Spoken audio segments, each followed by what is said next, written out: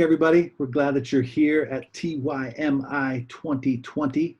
We are grateful to God that the technology has allowed us to have some sort of gathering and share some best practices and all the like. I welcome you here today and just remind you, if you're on the call, to mute your microphone so that we don't distract our presenter. And as we have an opportunity for questions, then obviously you can unmute and talk. Without further ado, let me introduce to you a dear friend and a member of the Territorial Band. His name is Aaron Jackson.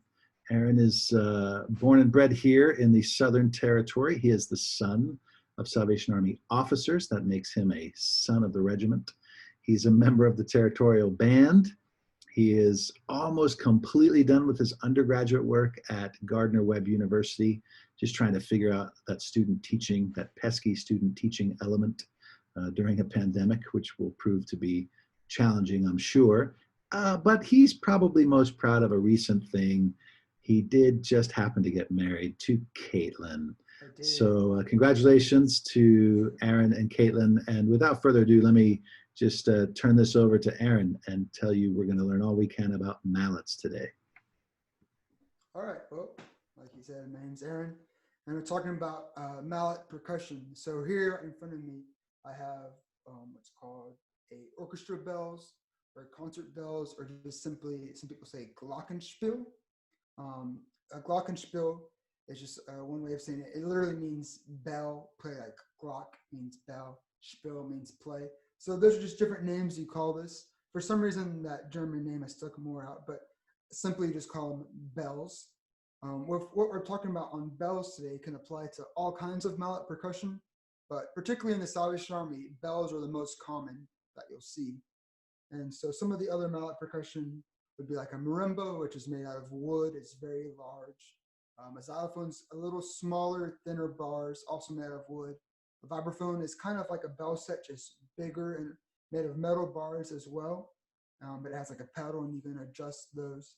And then you also have tubular chimes, which are like those long standing tubes you hear sound like church bells or like what's a big clock bell kind of thing. So those are all mallet instruments. But the thing is, I know a lot of people say, why should you learn mallets? Because it can be seen as boring or maybe not necessarily as cool as other instruments.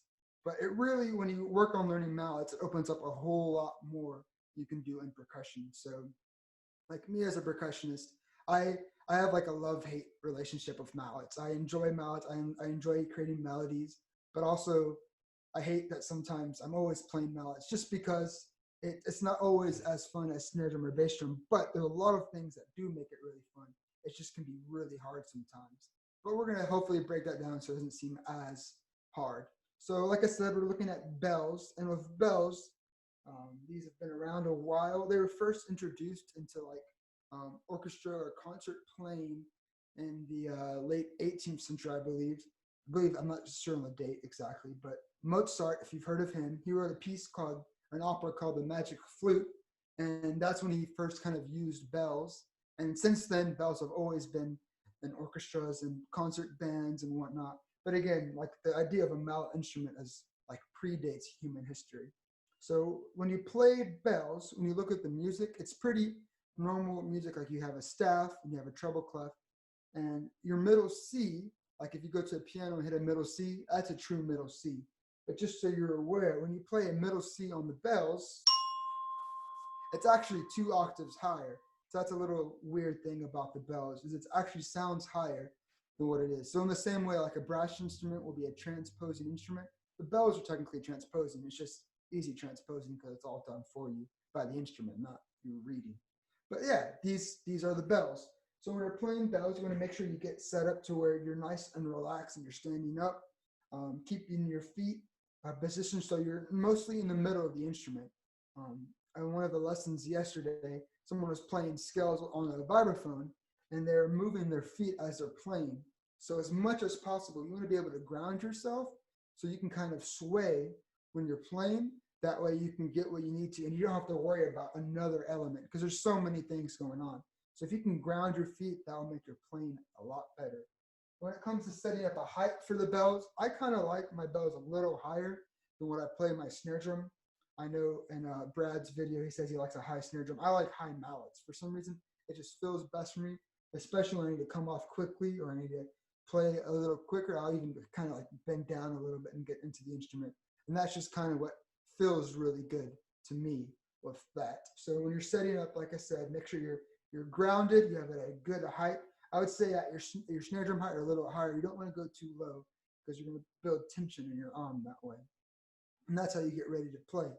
And so when you go to play to create a good sound, you want to make sure you're always using good upstrokes. So like the same way in a snare drum, it's the same thing on the bells, but you want to come right off the instrument really quick. You don't want to stay in the instrument because if I just do like a downstroke or I drive my mallet into the instrument, it'll sound like this. Even if I don't do it that slow, it doesn't sound as nice. You can hear that bell sound a little bit kind of. So you want to be able to come right off the instrument. And we'll talk about practicing that later. But that's how you really get a good sound on this instrument, is you want to make sure you're coming right off and also making sure you're playing in the middle of the instrument. So I have this bell set here. I'm going to pick up another bell set so you can see easily. Because this bell set isn't mine. This belongs to the Camp Watcher Johnson. I just have it to practice since no one's going to camp. I have still my 6th grade bell set, and honestly, it works. It doesn't sound super great, but if you're working on learning on mallets, you don't have to buy like a $600 instrument.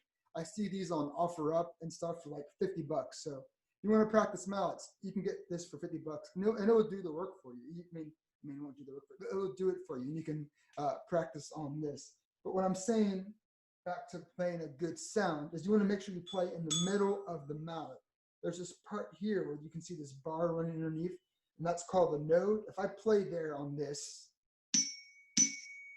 you don't get as much resonance, but if I play right in the middle, you get a much better sound. So you want to make sure you're always playing in the middle, and every once in a while, if you have a fast passage where you're going from these notes to the accidentals, you can play on the edge. But you don't want to play right on the edge, because right on the edge will also give you a dead sound. You want to find a nice sound kind of between the node and the edge. And I think sometimes a lot of people, put that down, a lot of people will try and play on the edge because it helps being quicker, and I do it all the time. But you got to make sure you're still getting a good sound. You don't want to go right on the tip. You want to find that good sound on your keyboard. So that's how you get a good sound on mallet instruments. Like I said, you want to make sure you're grounded, have your mallets, quick upstrokes, and right in the middle of the bar, or find that sweet spot on the edge. So that's how you get going. Some exercises that are really good are always scales. Like I always practice my scales before I play any sheet music. When it comes to warming up, I prefer to warm up on snare drum. So I do warm-ups on there. I don't do many like warm up, loosen up type of things on the instrument, just because as a percussionist, you want to make sure you're playing each instrument every day as much as you can. So if I can do my warm-up on snare drum and then go to mallets, I'm just getting best of both worlds. And that's just what's most comfortable for me as I've developed.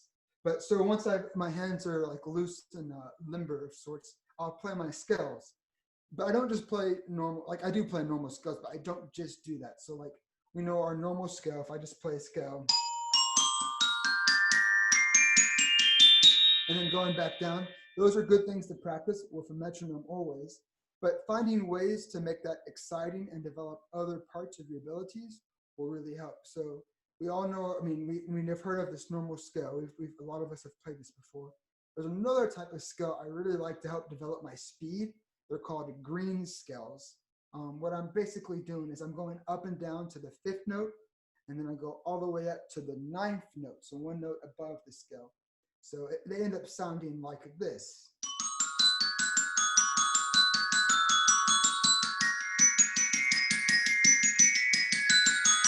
So I'm going up and down on the bells that way. And that's another great way to practice your scales. You can look up on YouTube. There are a lot of videos about how to play those scales if you want to explore how to maybe transpose that to different keys. But that's another great way to build that speed and get used to the keyboard. Another way to practice scales, which is really important, is to practice without looking. So if you're playing a scale, not always looking down at the notes, once you start to feel comfortable with that scale, try and look up, just play it looking up. Because when you're playing bells in a real situation with a real band or orchestra, whatever ensemble you're playing with, you can't just like stare down at your bell set all the time. You have to be looking at music in front of you. You have to be looking at the conductor. So as much as possible, you want to practice without looking down. So that's the third way to practice your scales.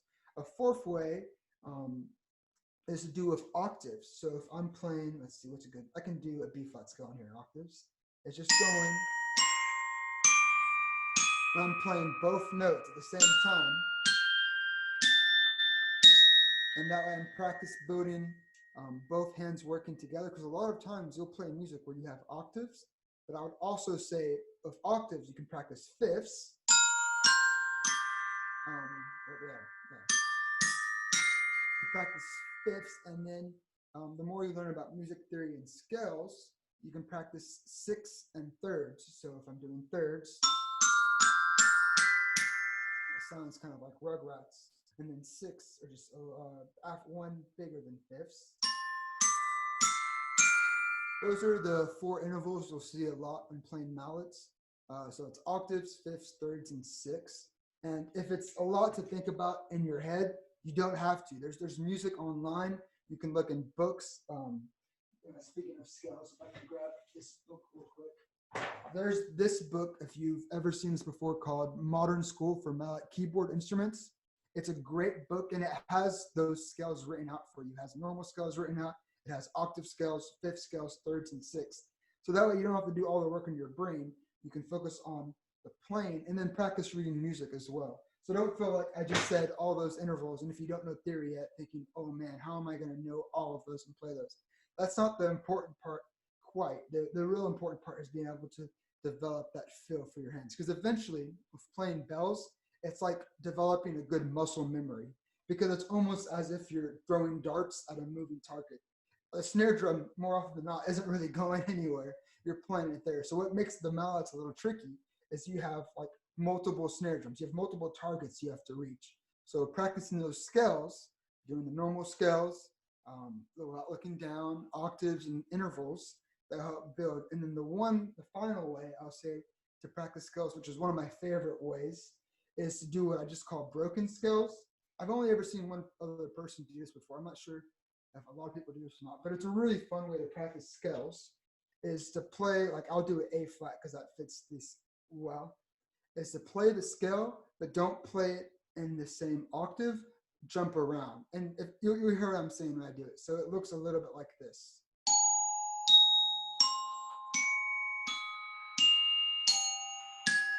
So I'm jumping around, and I just played an A flat scale, but I've jumped around different octaves. That way, this way will help build your perspective of the instrument. So that's a really fun and a really good way to get used to where the instrument is. And then also, if you do 2 octaves, first octave you do with your left hand and right hand on this side, but then second time, do your right hand and left hand switching over. And that will really help build. When you're playing something, you have to switch over quickly. It will really help you feel comfortable in building that muscle memory. So I'll play the 2 octaves broken A flat scale. Here's what it looks like.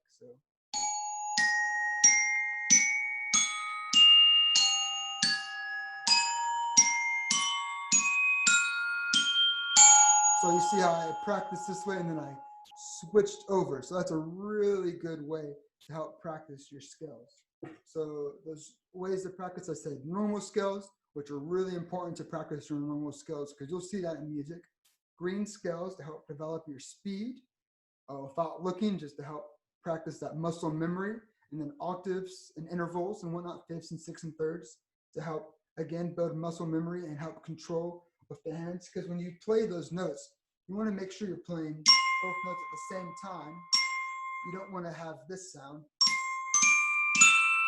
because otherwise it would be like flams or grace notes. So another good point in practicing that is helping when you have those, making sure your hands are working together.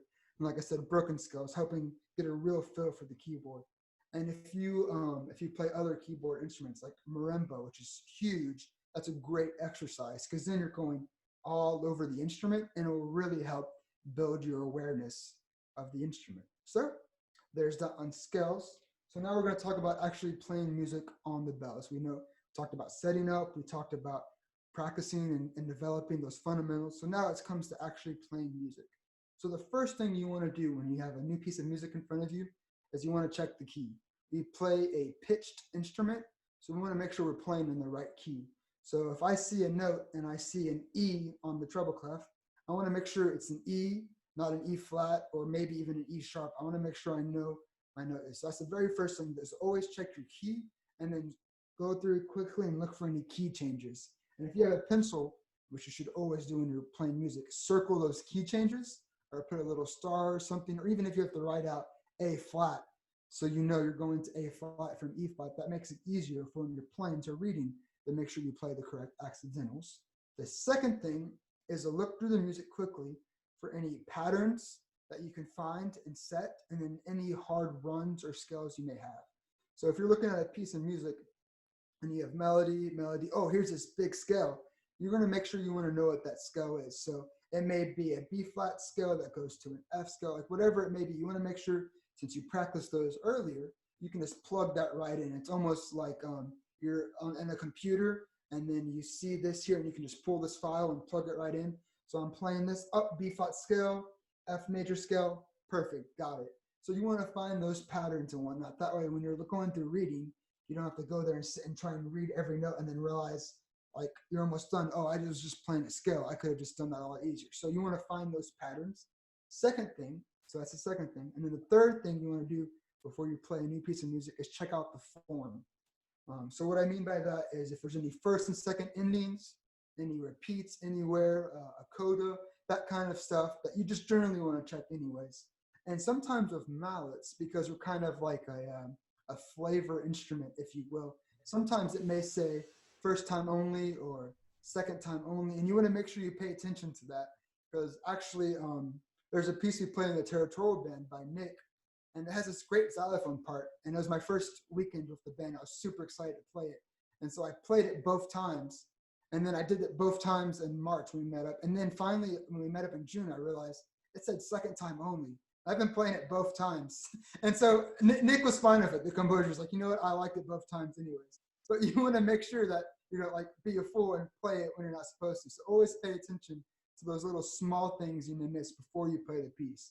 So if you walk into a rehearsal and you have like 5 minutes right before it starts, you want to make sure you look through that. And that's why it also helps to come early as a side plug. But yeah, so that's the first thing you're going to do. You're going to go through all those things, check the key changes, patterns and runs, and then overall form. And then you play the piece down as the rehearsal goes. After your first time playing, that's when you want to start making sure you check a couple other things. So your fourth and fifth things. Fourth would be orchestration, and I'll get on what I mean by that in a second. And fifth would be mallet selection. So you want to look at, when you're playing, listening as well, and looking at the music, who you're playing with. So if I'm playing this wonderful melody with the flugelhorn per se, which I'll get an example in later, you want to make sure you're matching the flugelhorn, because the thing is, when you're playing in a band or an orchestra, wherever you are with bells, if you're playing a melody of someone, I can almost guarantee you they're not listening back to how you're playing it. So you're going to want to listen to how they're playing it and match their sound, and match the way their articulations may be or their dynamics. So that way it sounds the same. So that's what I mean by orchestration, is just look what you're playing, who you're playing with. And then if you have a solo moment, make sure you have that start or something so you know this moment is just me. So that's what I'm talking about with orchestration. It's getting used to what you're playing with in the piece. And then, so like I said, mallet selection. I have quite a few mallets. One of the things I really like about percussion actually is creating sounds. Like I enjoy rhythms, but one reason I really love percussion is like we can just create and always create new sounds. Like there's always new percussion instruments. We're the only instrument really updating. So like with mallets, I like to think of it as like, this is like my canvas, and then I have these paint brushes. So like I always have different types. So like these are a darker type. So like I was saying earlier, I was playing with the flugelhorn. There's this piece by James Colonel called Emblems. I believe it was written for the Territorial Band a while back ago, but the Territorial Youth Band played it when I was with them. And there's this really nice, simple melody, just, or I believe it goes to that. But it's just like a very simple thing, and it's very soft. but I wanted to make sure that I was listening, that it was just flugel and bells. So I looked at my mallet selection to make sure I'm playing kind of a darker sound to match the flugel, which is a naturally darker instrument. These are probably my favorite and main mallets. I don't want to use these for that. They sound a lot brighter if you hear that difference. So if I just play one note at a time, it's being able to recognize what's going on in the music and then matching it and helping it sound the best you possibly can. So like I said, I have different mallets for different types. And when it comes to like collecting and getting mallets, don't ever think, if you're first starting out, dang, I have to spend hundreds of dollars on mallets right now to get started. You don't have to. I promise you don't. I've been playing for 11 years now, I think. And like this pair, I've pretty much had since I was maybe in 7th grade. So was that like 9-10 years ago? I don't know. But basically when I first started playing, I got these pairs of mallets. So it's not like a constantly having to buy new mallet or like buy a bunch at once. It's over time. And now that I have these in my hands, actually talk about with these mallets is you want to be careful when using brass mallets. Lately, I've been trying myself to pull back from using them because they're so like heavy and harsh. They can hurt the instrument after a while. So you want to be careful with your mallet selection, that you're also taking care of your keyboard. You're not using the instruments, or you're not using the wrong mallets. And especially when you get to other keyboard instruments like marimba, marimbas can be very sensitive. They're often made of like soft rosewood. And so you don't want to take like bell mallets, especially brass mallets, on those instruments because it can hurt the instrument. So make sure when you're choosing your mallets, it's appropriate for the instrument as well. And so I can just show you like, if you're looking for a new pair of mallets, I would recommend these. I don't know how well you can see them. I don't even actually know what they are actually because the paint is worn off. I have them so far long. I think they're Innovative Percussion OS4s, but it's mallets that have like this kind of like acrylic thing. They sound very bright, and they're a good replacement for brass most of the time. They sound really nice, and so getting a good sound is what you're really going for. And so like I have a smaller version of these when I need to play lighter. Like I said, I have these brass mallets, and sometimes you need them because they're super articulate, which is a thing. And what you have to pay attention to is the sound you're going to create. There's a piece also we play in the territorial band by Andy Barrington, and it has this really awesome part in the bells. I'll play it for you with these mallets if I remember how it goes. Yeah, so it's like that really cool moment, and you want mallets that are super bright and make sure you hear every note. Because if I use like these are on the opposite end of the spectrum, my darker mallets, it's gonna sound like, you'll just hear what it sounds like. I messed up there, but you can hear how it sounds all kind of the same. You don't really hear each individual note. So you want to make sure you're paying attention to what you're playing as well and what's going to help that little melody or phrase or whatever really come out and sound really nice. And then I have these other really small mallets.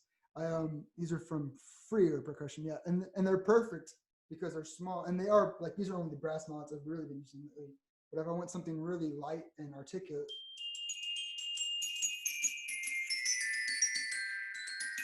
they have that nice bright sound. So it's just finding the right mallets for whatever you're playing.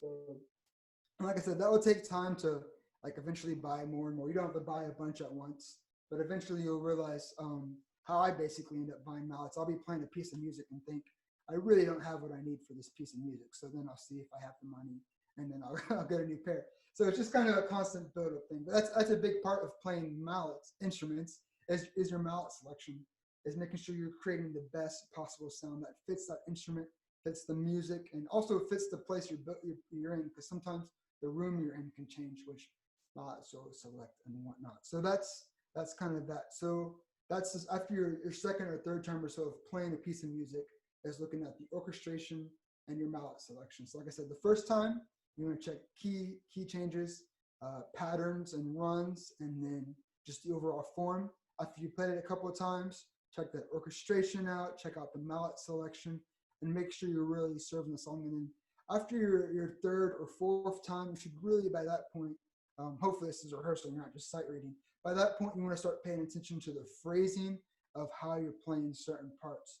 So what I mean by phrasing is basically, if that's a new idea to you, is it's like almost like how we have a conversation with the music. If I was going to talk to you, I'm not going to just talk in a monotone voice at this point like the whole time and just talk really plain and boring. When I talk, some words are louder than others. I hold down on some words more, and so that's what you kind of want to do with the bells. It's almost, think of it as you're singing it through the instrument. So like if I was to play "This Is My Father's World,"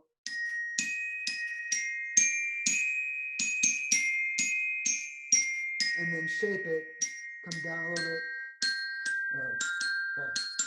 I forgot how the melody goes, but you want to be able to have that kind of feel where it's like you're singing it. You don't just want to play all the same style and dynamics and whatnot. You want it to be able to feel like you're singing along, and that can look like different things for different pieces. So, Chris, if you wouldn't mind pulling up that first example for me. If you look at this piece, we play this with the band. It's called "Thy Matchless King," and it has the same note forever, basically. And so you may think of this, okay, how do I do anything with this same note? And whenever I play this, I actually really enjoy this part, even though it's the same note, because it's fun trying to make it sound exciting. Because like it literally says right there at the beginning, fast with excitement. So you don't want to play that where it's just a piercing thing in the ears over and over again, just the same rhythm. And this is written for xylophone, so it sounds a little different on bells. But what I like to do when I play this is shape those 16th notes into phrases of each little thing. So instead of instead of it sounding like this, I like to, each set of 16 notes, put a slight crescendo to kind of help fill that excitement kind of thing. So it sounds kind of like this.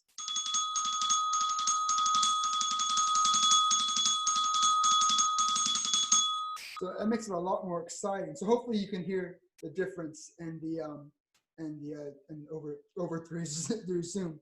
But even if you have one note, there's still a way to make it really exciting and kind of shape it. Because like with a pitched instrument, you really are singing with this thing. So you want to make it sound like it's like, oh, I want to hear this, not just over and over again in the ear, just the same level. So if you're playing like a beautiful hymn, or you're playing even the same note over and over again, finding a way to make the instrument exciting and worth listening to. So there's that. So those are 6 things you really want to pay. Like there's other things, of course, but those are the biggest things you want to pay attention to when you're playing music. So again, first things first, check your key. Look for key changes, circle those key changes, write any notes. If there's any big accidentals, make a star there. Make sure you're paying attention to that. Second thing is patterns and runs, making sure you're recognizing scales. If you have a pattern, like say you have something like this going down, you want to make sure you recognize what's going on with that. You want to follow that pattern and note. And then the third thing, this is again before you play, is overall form. What are you playing? Where is there a repeat, first and second endings? If you play second time only, all that kind of stuff. You want to make sure your eyes know where to go in the music.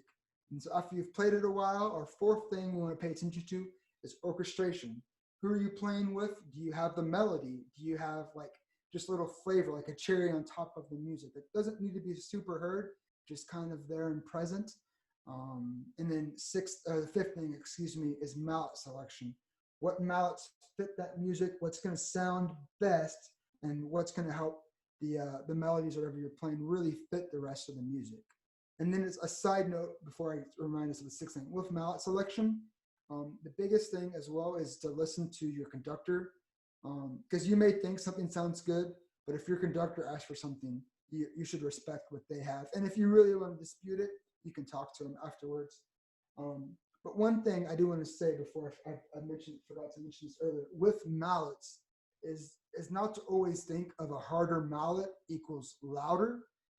A lot of times people will, like when I say trust your conductor, but a lot of conductors, like my orchestra conductor at school, actually, she's great. But a lot of times when I'm playing like a timpani, she'll be like, Aaron, I need to hear that more. Can you play with harder mallets?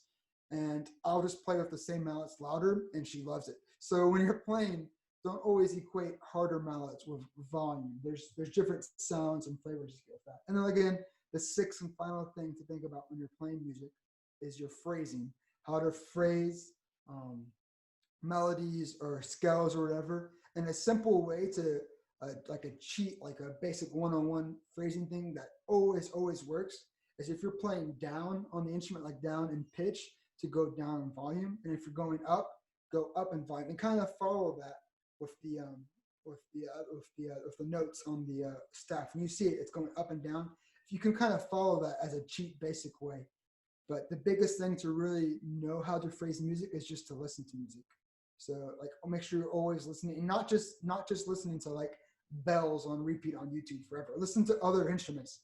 Listen to like even other genres of music, and listen to and get used to, because after a while that'll start to develop in you how to play musically and how to get those ideas sounding good, because that's what we really want to do. We want to sing with our instrument. So next I want to talk about a couple of quick technique tips and whatnot, and different things you can do to help get a good sound. So one thing I like to talk about to people that I don't really realize is where you hold the mallet can affect the sound that you're playing. So if you hold way back on the mallet, see if you can still hear it, it will ring forever. But if you choke up on the mallet, it can help you get a more staccato sound. So see if you hear a difference in the sound. I'll do it again. Coming off quick. And then I choke up a little bit. It gives it almost like a drier kind of sound. So I'm currently playing, I couldn't fit the marimba in here as well. I was hoping to, but I can only fit one instrument. But I'm currently working on a Bach cello suite on marimba. And there's this part where it's like really long and beautiful. And then I have this fast scale. So what I'm playing is I'm having those marimbas back on my hands playing these long notes. And then when I go to this kind of staccato section, I choke up quickly for there. And that's a quick and easy way you can change the sound and the sound and tone of the instrument. So some of these tips, just by the way, may seem really basic, and some of them may seem like, oh, I'm not quite there yet. So feel free to take them as you need them. And then, I mean, I know this will be posted later. So if you need to come back to this, or find people to talk about, or people who know and take lessons, and they'll tell you about these kind of tips as well. So that's legato and staccato. The next thing, Chris, if you wouldn't mind pulling up the next example of music for me, is when to dampen. So there's this march we play called Greater Things in the band. It's an awesome little thing. If you look, there's an example where it says second time only or all time. So we're talking about form. That's important. So I'm going to play that letter A. It's just a couple of notes. So you can look at it, and then if you wouldn't mind coming back to the camera, Chris, that'd be great. Thanks. So that's just what the music like. It's like a bunch of long notes, but applying damping to the instrument, because you don't always want the instrument to ring forever. So like an example of that, I have a lot of notes really close together, and they kind of all ring together. So what you want to do is work on being able to control which note is being heard. So it would look like this.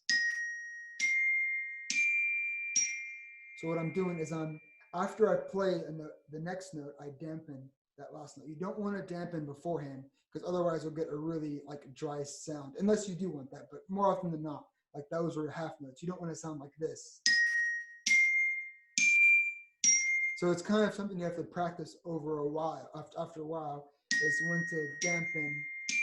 See, even that first one was a little too quick. You have to practice dampening correctly. And a good way to practice that is just play a scale with one mallet in one hand. Because, I mean, of course you have to have your mallets in hand, but that makes it harder. So first starting off, it's just going up the scale and try and have only one note ringing at a time. So if you don't mind pulling up that example back up on the screen again, Chris, please. If you look at, thank you. If you look at measure 9, the second time it says second time only. Yeah, right there. You have an E flat, a D, a C, and a D. And an E flat and a D are really close to each other. And in Western music, you can't get any closer than that. So and those can sound kind of crunchy when you may not necessarily want that kind of crunch. So that's a great example of when to dampen, is to make sure you only hear that one note at a time, sorry. And make sure you're only hearing the one at a time. And if you look at there at the second ending, on that C, there's another pattern there that's a lot quicker, which requires quicker dampening, because you want that E flat at the very end of that little phrase to ring on, but you don't want the D and the F to overshine that. So when you play that, it's taking more quick dampening. It'll sound, I'll play it without dampening, and then I'll play it with, and you can hear how much better and the difference it makes. So there you hear all the notes ringing into each other. But if all I do is simply dampen that D and the F right at the very end, it sounds a lot better. And that E flat really sings out. I didn't do a super great job. I dampened it a little quick, but you hear what I'm saying there. When you hit that note, you want to, let me do it again. There we go. And you really hear that E flat sing out. You don't hear these other notes kind of fighting for the attention. So that's a good example of dampening. But the thing is, sometimes you may not want to dampen. I'm sorry, Chris, there's one more example on that page, if you don't mind pulling it back up. The very last few measures, there's this bit at the end. And if you listen to the march, this is where I talk about that orchestration and paying attention to who you're playing with. At that very end, you may think, oh, that's a ton of dampening because I only want those notes to ring out because they're all close. But really, what's happening with the band at that point is it's basically a big bell effect where different instruments have that, but it's all ringing out to make this big sound. So when you play that, you don't have to dampen that part because you're listening to it and you realize everyone plays together. So if I was to play that, that all rings out, because I mean, and it sounds nice ringing out all like that too, and that's what the whole band does. So you'll match that there. I couldn't imagine trying to dampen each individual short note into that. That would be a nightmare. But that's what you want to do with damping is make sure you're paying attention to what's happening in the music, and then isolating notes and getting rid of some notes that you may not want. So that's a quick tip there. Another really fun thing to do, another tip you can do is adding vibrato, but be very careful with this. You don't want to, you definitely don't want to overdo it, but it's a really cool trick. If you play a note and you cup your hand and you like fan the note, it sounds really cool. So hopefully that's coming across well on the Zoom. Okay, cool. And you can go really slow, which is what I would recommend using if you're going to use it, is to do it slowly. Like maybe have a nice melody. And you kind of want to really let that ring out at the end. And you can also do it fast. Maybe it's an effect that maybe you've written in music. I've seen only a few times, but you need that fast effect. And another way you can do it, I'm not going to do it now because I'm not really good at it. It just looks and feels silly. Is you can use your mouth to do the same thing. Or if you make like a fish and then open and close your mouth over the note, it gives a cool vibrato. Do it for the kids. Okay, I'll try it. I mean, I'm not really good at it, but it's like, it sounds almost the same. I don't know if you can hear it super well, because like I said, I'm not really good at it, but it's the same kind of effect. Hopefully you heard some vibrato in there, but it's just doing that. To me, my hand's easier, but it gives a more like weird sound. But yeah, that's another quick tip, tips and tricks to do on bells. And you can even do like multiple notes, like you can do a whole chord with that vibrato. So that's basically all I've planned. Hopefully that wasn't too much information vomit, but like I said, the biggest thing is making sure you're always getting a good sound of upstrokes. Practice your fundamentals, build those scales, play variations of those scales to help develop your muscle memory and the feel of the instrument. And then when you're reading music, I think I saw Chris put in the chat, my computer's far away, so I can't really read it. But yeah, look over, make sure you remember those 6 things. And if you have like a folder for your school bands, write that down in there so you remember every single time to do those things. And then those are just a couple of quick tips, looking at legato and staccato playing, damping, which is really important. It takes a lot of practice and it really helps music, and then some fun and vibrato. So if anyone has any questions or anything I talked about or any just random questions, I would love to hear them and we can discuss that now. Hi, I was wondering what makes the difference between, let's say, like a xylophone or the bells? Oh, cool. So the difference is really in the build of it. When the way you play the instruments are very similar. I mean, you wouldn't do a dampening on a xylophone because it's very quick. But if you go up on YouTube and you just look up these instruments, look up keyboard, percussion, or just look up xylophone, bells, you'll hear the difference. They're different sizes and made out of different materials. So like I said, this is made out of metal. It's like a steel. That bell set I had there that I have in practice with made out of aluminum. But xylophones are often made out of like rosewood, or they'll have like synthetic woods.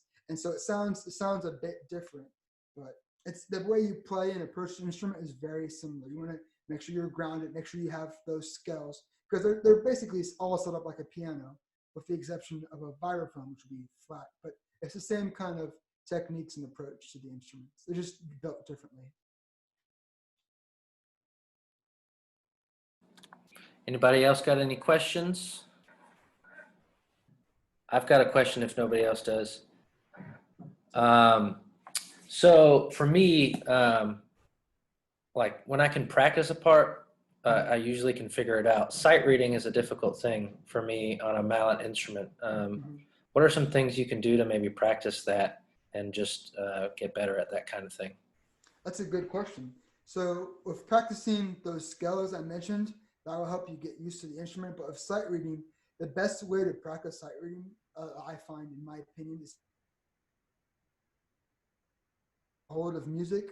That's great. Read through that music. If you can't, there's a website called sightreadingfactory.com. I believe it's free, and it will just put up music for you. And then like you can choose the level, you can choose like quarter notes, eighth notes, what notes are in it, what scale, what key, and then practice reading it. The best way to really get that up is just to be able to like just to practice and do it. Unfortunately, the hard part for many of us as a percussionist is having access to those instruments. So that's really where it hurts us. But like I said, if you can get one of those, like I'll pull it back up.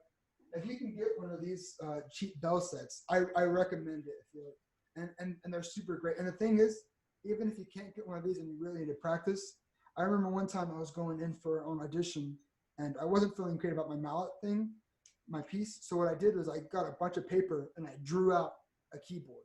You can't hear anything, but you can still practice like building that muscle memory. So if at the moment you can't afford one of these, draw one out. I had a friend who taught lessons. One of his students got cardboard boxes so that it was raised up, and he drew out a marimba on the cardboard boxes.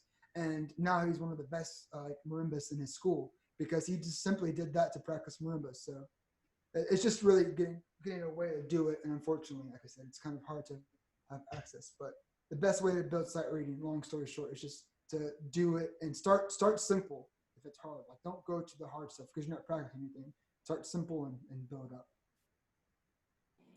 Awesome. Thank you, Aaron. Anybody, any last minute questions? Any burning questions? All right. Well, I just want to thank Aaron. This has been super informative. I've been playing percussion for a long time, and Aaron gave some really good nuggets of wisdom there. Lots of good stuff. These videos will be up on our YouTube page. We've said this every day. All of these percussion videos, any of the master classes that we've had this week will be up on our YouTube page. If you don't know what that is, it is USS Music and Arts 1. You can find a link on our Facebook page, and we'll have all of these master classes. Lots of really good stuff here. So thank you again, Aaron, for sharing your knowledge, and I think we'll end it there for today.